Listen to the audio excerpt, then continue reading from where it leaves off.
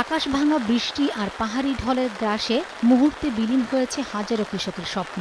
ফসলের মাঠ জুড়ে এখন কেবলই হাহাকার আর সোনালী ধানের মরণ আর্তনাদ। মৌলভীবাজারের সদর উপজেলার মজলুস গ্রামের ষাটোর্ধ্ব কৃষক আব্দুল মজিদের চোখে এখন শুধুই শূন্যতা। বুক সমান পানিতে নেমে পচে যাওয়া ধান তোলার চেষ্টা করছেন তিনি। মহাজনের কাছ থেকে ধার করা ৩৫,০০০ টাকার পুঁজি দিয়ে শুরু করেছিলেন ধান চাষ। ভেবেছিলেন ৫ কেয়ার জমির ১২০ মণ ধান বিক্রি করে ঋণ শোধ করবেন, ৬ সদস্যের সংসারে যোগাবেন অন্ন, সন্তানদের কিনে দিবেন বই খাতা।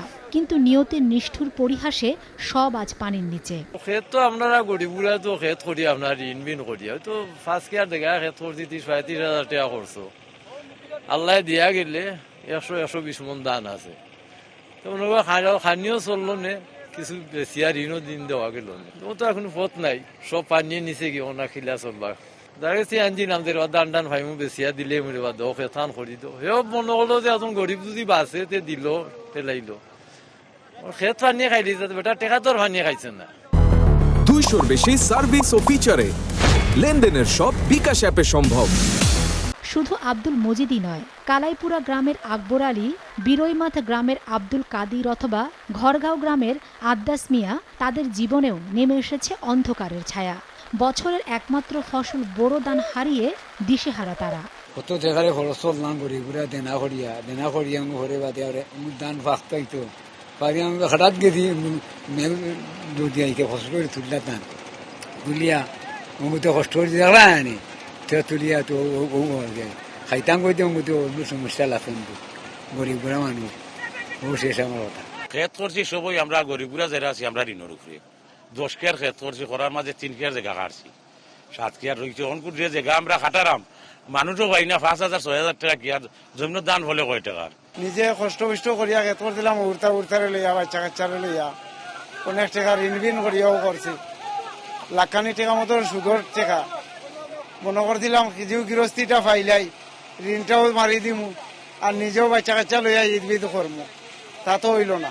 একই অবস্থা হাকালুকি, হাইল হাওর আর কাঞ্জার হাওরেও। কয়েকদিনের অতিবৃষ্টি আর পাহাড়ি ঢলে পানি জমেছে মৌলভীবাজারের সব হাওরেই। শত শত হেক্টর জমির কাঁচা পাকা ধান তলিয়ে গেছে পানির নিচে। কৃষি বিভাগের তথ্য বলছে, অতিবৃষ্টি আর পাহাড়ি ঢলে নষ্ট হয়েছে ১,৪৩২ হেক্টর জমির ফসল। কিন্তু কৃষকদের দাবি ক্ষতির পরিমাণ আরও বেশি। টানা ৫ দিনের পানিতে পুরোপুরি পচে গেছে ধান। অনেক কৃষক এখনও চেষ্টা করছেন ধান কাটতে, কেউ হাঁটু পানি, কেউ বুক পানি ভেঙে কাজ করছেন। কিন্তু বৈশাখী ঝড় বৃষ্টি আর শ্রমিক সংকটে দেরি হচ্ছে ধান কাটতে। এদিকে পানি নেমে গেলে ক্ষতিগ্রস্তদের তালিকা করে সহায়তার আশ্বাস দিয়েছে কৃষি বিভাগ। এই বছর ৬২,৪০০ হেক্টর জমিতে হাওর এবং নন হাওর মিলে বুড়ো আবাদ হয়েছিল। এখন তো বর্ষাকাল তো পানি আসবেই, এটাই স্বাভাবিক। তো এখানেও যে সকল কৃষক আলসেমিকেরা কাটেনি বা শ্রমিকের জন্য তারা এখনো কাটতে পারেনি, এই জমিগুলো একটু ক্ষতিগ্রস্ত হয়েছে। আমরা মাঠ পর্যায়ে এগুলা অবশ্যই জরিপ করব, যদি সত্যিকার অর্থে ক্ষতি হয় আমরা তাদের পাশে দাঁড়াবো। এবছর জেলায় বোরো চাষ হয়েছে ৬২,৪০০ হেক্টর জমিতে। ২,৮১,২৫০ মেট্রিক টন উৎপাদন লক্ষ্যমাত্রা থাকলেও প্রকৃতির রুদ্র রোষের সেই লক্ষ্যমাত্রা এখন কেবলই কাগুজে হিসাব। হাওর পাড়ের মানুষের কাছে এই পানি কেবল পাহাড়ি ঢল নয়, যেন তাদের বুক চিরে বেরিয়ে আসা লোনা জলের স্রোত। সময় সংবাদ, মৌলভীবাজার।